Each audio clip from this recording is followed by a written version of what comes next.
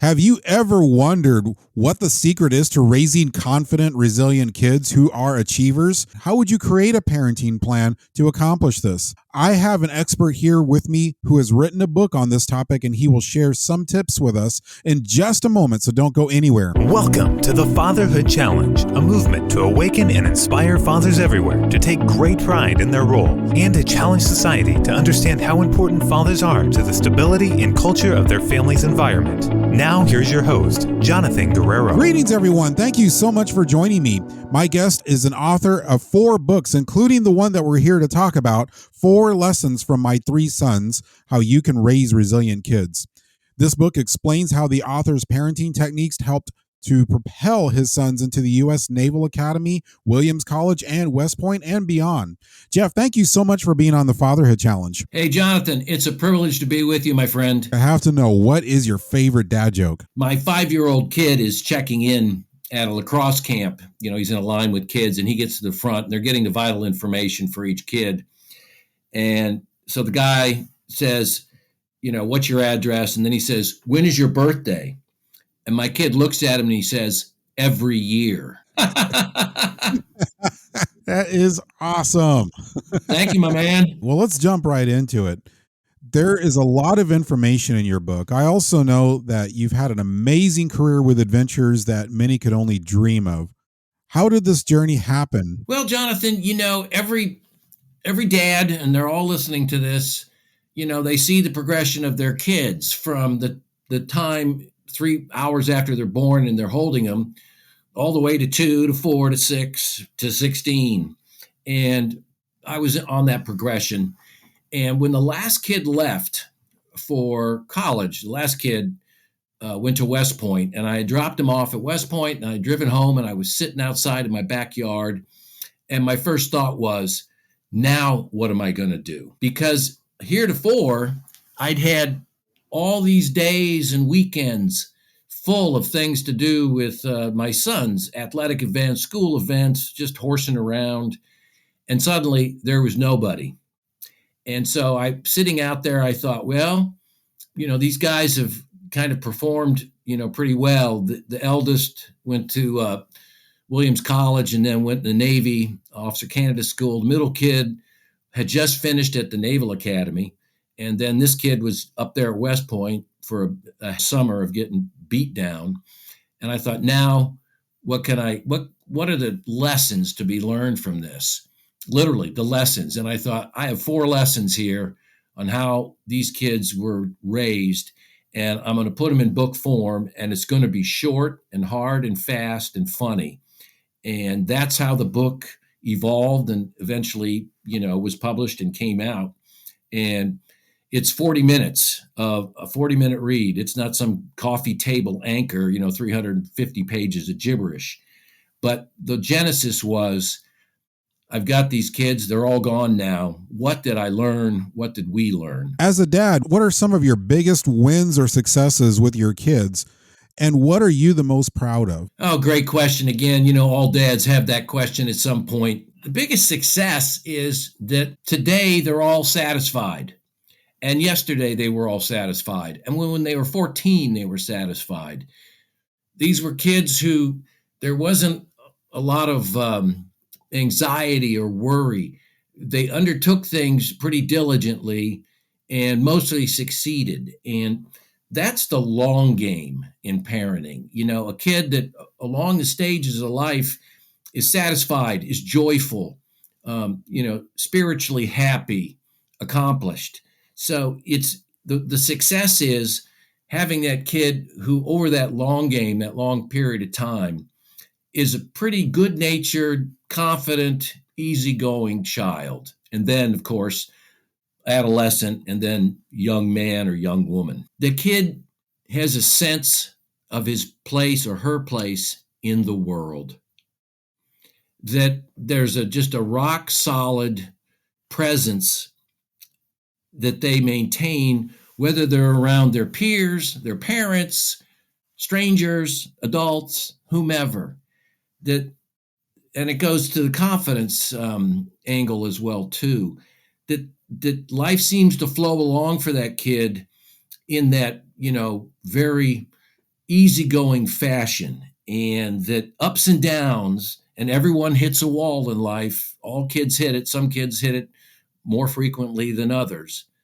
But that whatever adversity or obstacle comes, that they can get over it or get around it and absorb it. I had this drill sergeant when I was in the Army, big, just a tough guy from whom I learned a ton about life. And he would always say to us, wherever we are on our infantry training, he would say, assess, adapt, advance. And so we learned that, it became part of a reflex action for all of us soldiers.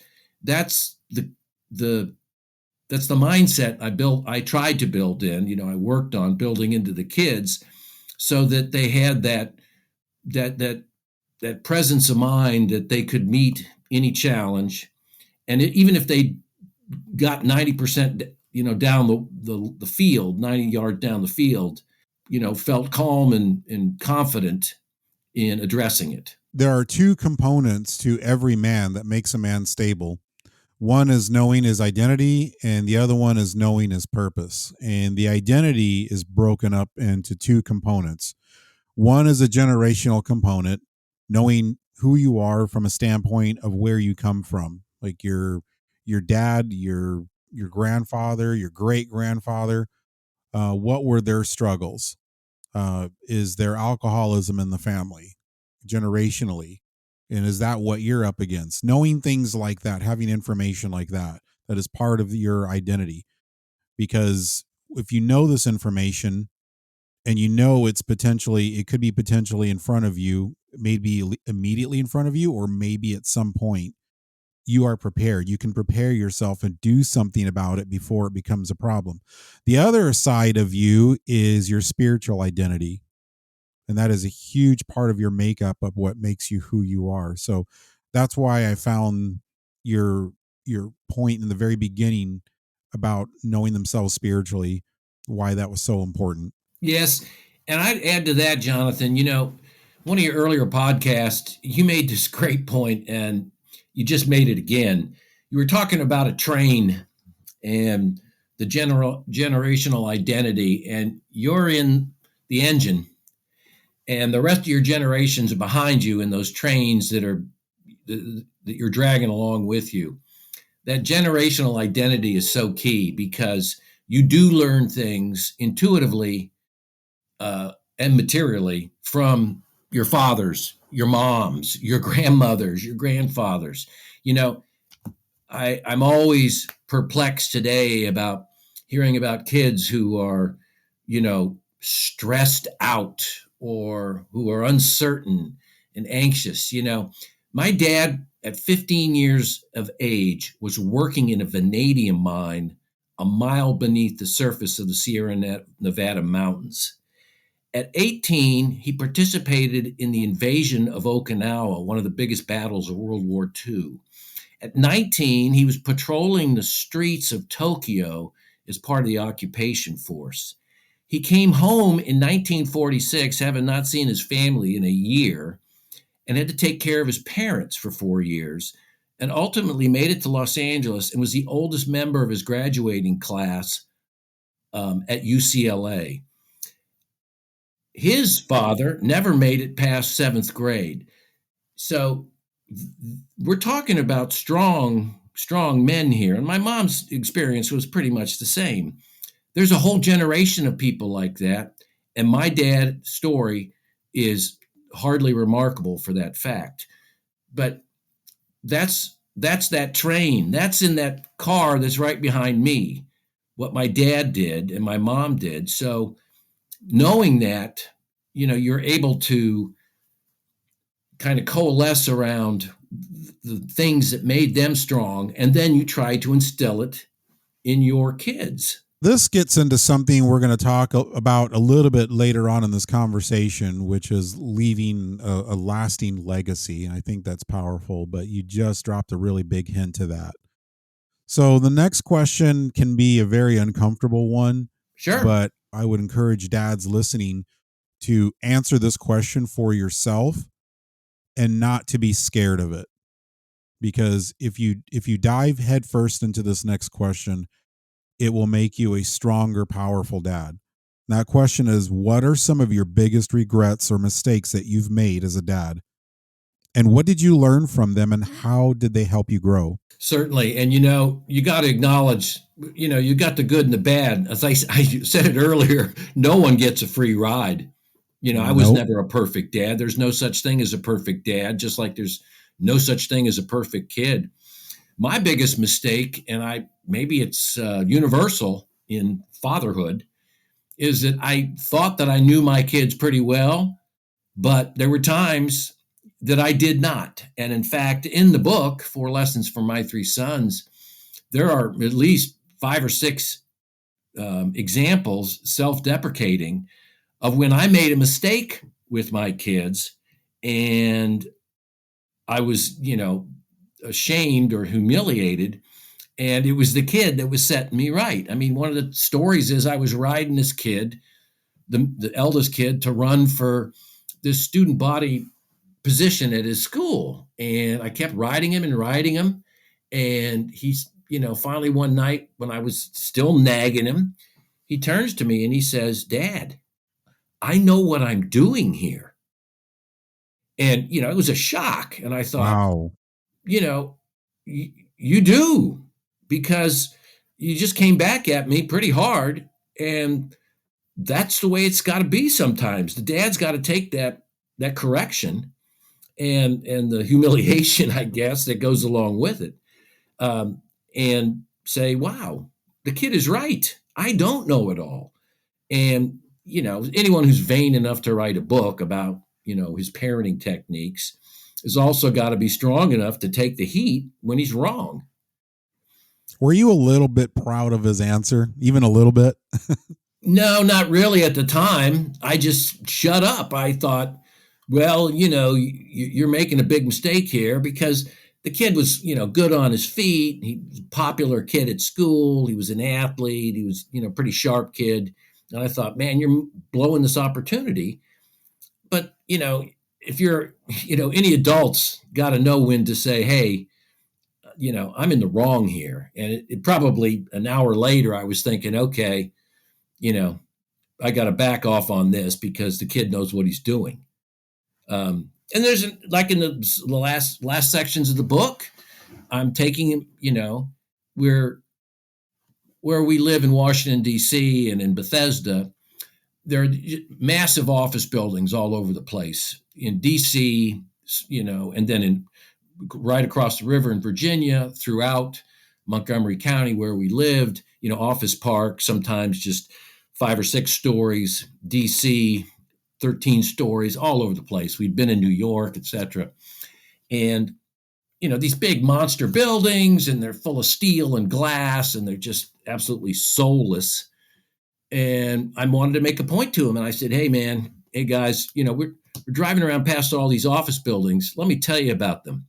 I said, in every one of them, there's a guy sitting in an office, and on the wall, he's got a picture of his family, and on his desk, he's got a mug like you made me in 2nd grade, and he's staring at a computer screen, because this guy sitting there was going to be somebody. He was going to be a jet pilot, or he was going to be in real estate. He was going to own his own business. He was going to sail around the world. He was, going to fix cars and be a star at that. Instead, he's sitting there staring at a computer saying, "What the hell am I doing here?" And I said, "Guys, you don't want to be like that guy, because that guy's your dad. And you have got to get farther than your old man did." They were kind of shocked. And I said, "Hey, it's the truth, man. You've got to get farther than that. Staring at a screen, sending emails, getting on Zoom calls, all of that jive. You have got to have the farthest landscape and horizon you can possibly dream of." So I want to come back to that question that I was hinting at earlier. Every dad I know wants to leave a positive legacy behind that will last for generations. What is the secret to making that happen? I think you've got to build kids, just like the themes in the book. I think, the most important trait a kid can have is that confidence in being in the real world.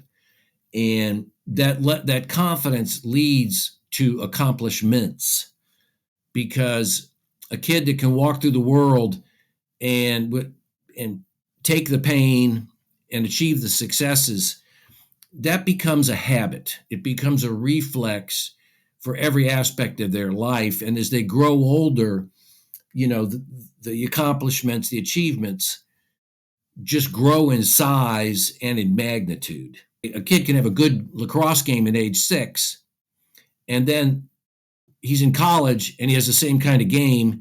And he says, I know where this started. It started when I was 6 years old. So that's a legacy, even for a kid over the course of 15 years. When I think what you're talking about is a dad who is holding that kid, at 3 hours and says, what is this kid going to be? A dad, Yes. Yep. and holds that kid. And that's that's the central theme of the book, really, is holding that kid at 3 hours old and saying, I've got a strategy to make this kid realize the potential that he has. Because I'm old fashioned. Every kid has potential in one thing, maybe several. Yeah, that's absolutely true. Whenever in my parenting journey, I'm always aware that the things that I'm teaching them, regardless of what age they happen to be, those lessons are going to last and are supposed to last long after I'm gone. Oh, yeah. You are programming genetics in the way you raise them. So there's multiple components to leaving a legacy. But it just, when you have that on the front of your mind, it makes you very mindful about the decisions that you make with your kids, what you're teaching them, the values you live yourself by your examples sometimes are the most powerful teacher to your kids. Correct. Again, wise Jonathan, they are. Values are essential because they affect every aspect of your life. Now let's really get to the pinpoint of your book, and that is resiliency. How do you teach your kids to be resilient in the face of failure? That's where the strategy comes in. And it kind of bounces back to your earlier question, Jonathan, when you're talking about legacy. Because and kids, you use the words long after you're gone. Uh, Most kids and most parents don't know this, but by 12 and a half to 13 years of age, that parent has spent the bulk of the time they're going to spend with their child in their life. Because Oh, after wow. that, the kid moves on and has many more actions with peers and strangers and the institutions in which they find themselves. So my shot at teaching resilience began really early. And the best way to build resilience is to put them in situations in that real world where after 13 years old, they're going to spend the bulk of their life without you. And putting them in that real world, and I mean the world that's outside the front door, the school, the malls, the athletic fields, the hardware store, different kinds of places in the community, in the neighborhood. I gave them tests. Probably the first one was we were in an indoor mall. Eldest kid was 7, youngest kid was about 4.5. And I pulled out of my wallet 3 $5 bills and I said, hey guys, and gave a 5 to each kid. And I said, go get the old man change. This is not a race. You can go wherever you want. I'll keep an eye on you, but you got to get change. And I'll see you back here. And so off they went. They were kind of fired up because it was a task. It was kind of something exciting.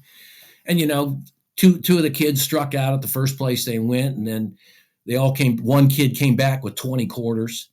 But the idea was they had to go on their own and mix it up with whoever stranger was at a cash register to get the change.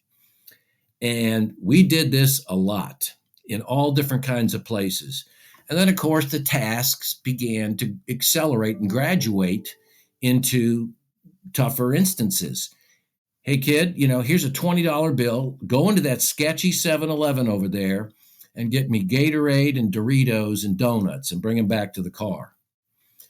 And then we're at a restaurant, and I point at one kid who's, 6 years old, and I say, you memorize the order of what we want, and you tell the waiter or the waitress everything for all of us that are sitting here.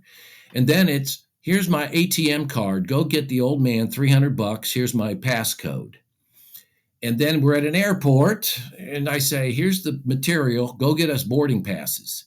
So every challenge, increased in kind of volume and intensity, so that by the time these guys are 8 or 9 years old, they're fine in the real world. They'll go off on their own and get what needs to be done. But it also helps just in their regular interactions at school and after school, that they have the confidence to undertake anything. And I think that's the beginning of building that resilience, because they become accustomed to doing things that no other kid at age 7 is ever going to do. Now let's talk about negative influences. How did you teach your kids to avoid negative influences from their peers? Oh, that's easy. I completely, almost, cut my kids off from social media. I think the most negative influence in this country today, and it's been documented by much smarter people than me, Dr. Jonathan Haidt at NYU and Dr. Gene Twenge at San Diego State University. I mean, we've reached a point where, school systems are saying you can't bring phones to school, or, that TikTok or that even Facebook admits, Zuckerberg, that, the social media avalanche has had a negative effect on kids. I saw it early on because it was easy to see a kid looking at a screen becomes a zombie.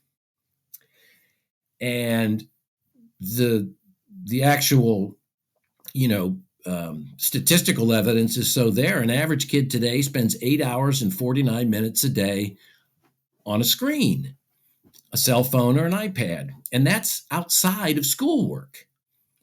And an average boy between the ages of 10 and 18, if you took them all and took all the time they spent on video games, Minecraft, Call of Duty, COD, is around 2 hours and 14 minutes. There's no reasonable person that can tell me that 9 hours or 2.5 hours looking at a screen is healthy, particularly with, the sewage that is on the interweb. So the negative influences come all from the screen. My kids didn't get phones until they were at the end of 11th grade. And then I had a bet with them. I said, look, whoever brings home a phone with the least power used gets a couple bucks every day. Oh, and that's awesome. There was no use of screens except for homework. And they were limited to 1 hour a day, 1 hour a week with video games. And they could only be on weekends. And of course, they weren't even around on weekends. They were constantly out and about doing stuff, mostly athletic stuff. So the negative influences, I think, pretty much come from just that addiction, that zombification of, social media in general. And my kids today, they don't even have Facebook pages. They're just not on. They don't have any of the apps or anything like that. How can dads listening connect with you? How can they get your book or find out more about what you're doing? Certainly. My website is www.nelliganbooks.com. That has the books on it.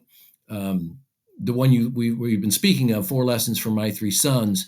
As well, it has a book that I wrote 1.5 years ago called Your Kids Rebound from Pandemic Lockdowns, a parent guide to restoring their family. I wrote this book after during or after COVID, and it is massively cited, 250 sites to medical, psychological, national survey data on what lockdowns, isolation, confinement, and no school did to kids. And it provides a way forward for how parents can reverse that damage and get the kid back that they want. And I will say the first chapter of it is the screens, the glowing rectangle. It focuses on all what happened with kids on screens, the acceleration of use of them. And then the fourth chapter gives parents an idea of how that can be rectified. And my Twitter handle is @ResilientSons. My Instagram is Nelligan_books. And my Facebook is Jeff Nelligan Books. I'm going to make it easier to find all of the links that Jeff just mentioned. So if you go to thefatherhoodchallenge.com, that's thefatherhoodchallenge.com, go to this episode and look right below the episode description. I'm going to have all of the links posted there for your convenience. Jeff, as we close, what is your challenge to dads listening now? Get that phone out of that kid's hand and say, hey, we're going to sit down and we're going to regulate what you see. And if it means, taking the phone away from you for days on end, so be it. If it means cutting off the routers in the house, so be it. If it means blocking massive numbers of sites from the home computers and your phone, that's what it's going to be. So that's a piece of practical advice. The second thing is, and this is what I did with all three of my sons, beginning when they were about 5 years old, and I'm still doing it today. Every Saturday, I take a kid down to the most peaceful place on the planet, and it is the high school bleachers on a Saturday morning. And we sit in those bleachers, and I'd say, okay, what's going on, bro? Tell me what's hot, what's not, what happened this week, what's your challenges, what have been your successes. And these kids, this became a routine. Again, the reflex.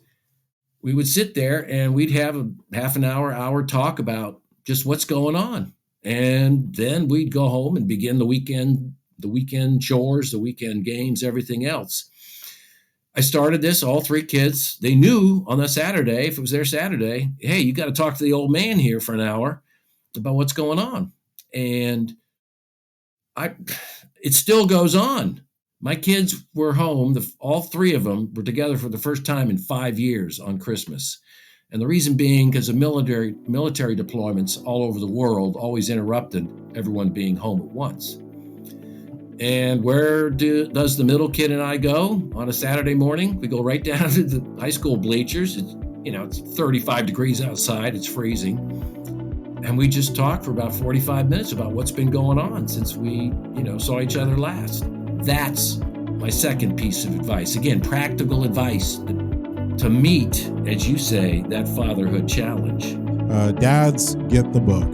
We really did not come close to covering probably even a quarter of what's in the book. So get the book and read it cover to cover. And Jeff, thank you so much for being on the Fatherhood Challenge and sharing all of this wisdom with us.